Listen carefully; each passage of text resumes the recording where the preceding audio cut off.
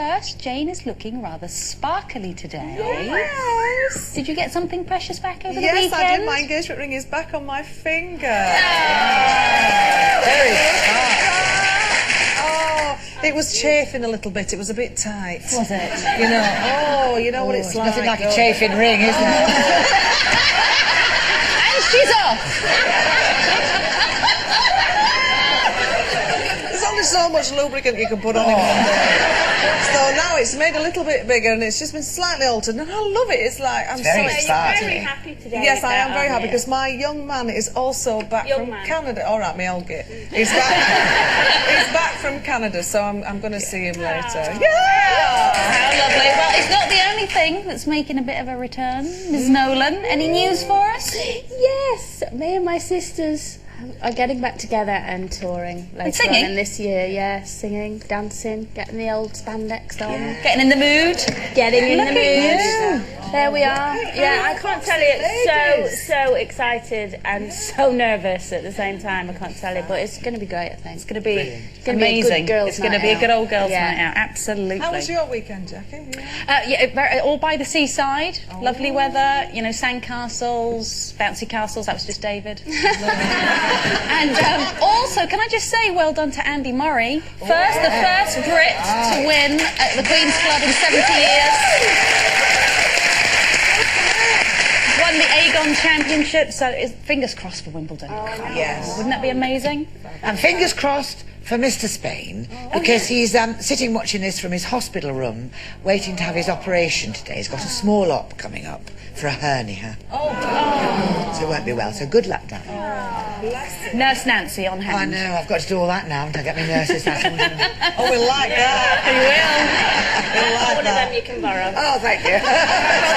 You're not the only one who's doing some caretaking, because Gordon Brown's recent cabinet reshuffle saw Olympics Minister Tessa Jowell given a new role, as well as her Olympic duties. According to the Daily Mail, because she's so good at tea and sympathy, she's also been tasked with acting as a kind of caretaker for Gordon Brown, making sure he gets to bed at a decent hour, doesn't work too hard, and generally looks after himself. So, do any of us need a caretaker to make sure that we eat, sleep? Yes. Yes. It's important to have someone looking out for you. If it wasn't for Pete Shapratt, my PA, I don't know what I would do, because he looks after me. He's my rock. And he makes sure that I eat properly when my mother's not around, obviously. You know, but he makes sure that I get enough sleep. He just takes such great care of me. He stops you from being a workaholic. That's exactly right, because I don't know when to stop. And sometimes I'm emailing the office at 2 o'clock in the morning, and I'll send him one. He'll send it back saying, will you please go to bed? Has that not changed now you've got your old git? I can't believe I've just called him. As opposed to young man. I know. I mean, surely he would stop you getting up at 2 o'clock in the morning. No, he's never here, is he? So, I mean, which is, you know, there's three people in this relationship, and it's definitely Pete. Yes. I love Pete with all my heart. I don't know what to do there. I would imagine you're the one doing all the looking after. Yeah, well, you do, I think. I'm full of admiration, as you know, for Miss McDonald, but I do think you've come to an age now you should be able to do it yourself, love. If you're tired, you know you're tired, and I know when I'm tired and my voice goes dodgy and I get grumpy and I look pale and 150 years old and I go to bed.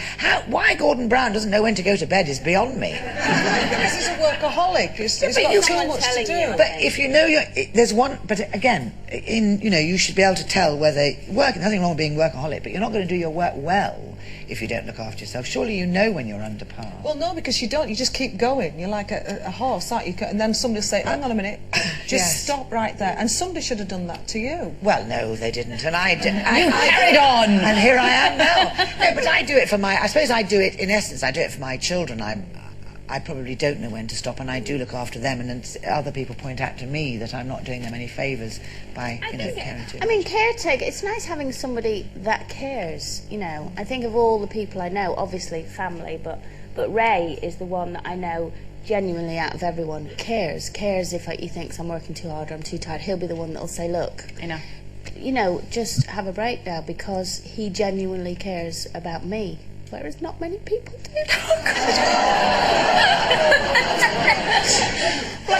Don't you think it changes when you have kids? Because my mum and dad have always been great at caretaking for me, even when I wasn't at home anymore. I remember once back in the day when I was working 3 jobs and was skint and not looking after myself when I was really in my early 20s, and my dad just showed up one day on the doorstep with a blanket like that. I said, "What are you doing?" And he just went, whoo, wrapped it round me, lifted me up, took me to the car, took me home and fed me homemade soup for a week. It's just what I needed. I actually ended up in hospital after my first term at drama school because I hadn't got anybody to look after me, and they thought I'd got meningitis, and I was just like, away from everybody, nobody to tell me off, nobody to make me go home on the last bus. I was a lunatic. But I've learned. You know, You so, have I mean, since you learned. can't. Yes, I don't. But what will you? I don't think you should rely on anybody else. I think you should. But I think know mums are yourself. natural caretakers Yeah. anyway, aren't they? We do. Do you know, my mum got up at 4 o'clock this morning to make me a cup of tea. Thanks, Mum. You're a star. She's fabulous. Yeah, but what Jane doesn't know is she'd actually been out in the town. She'd only just With Pete! She was with Pete! What can I say?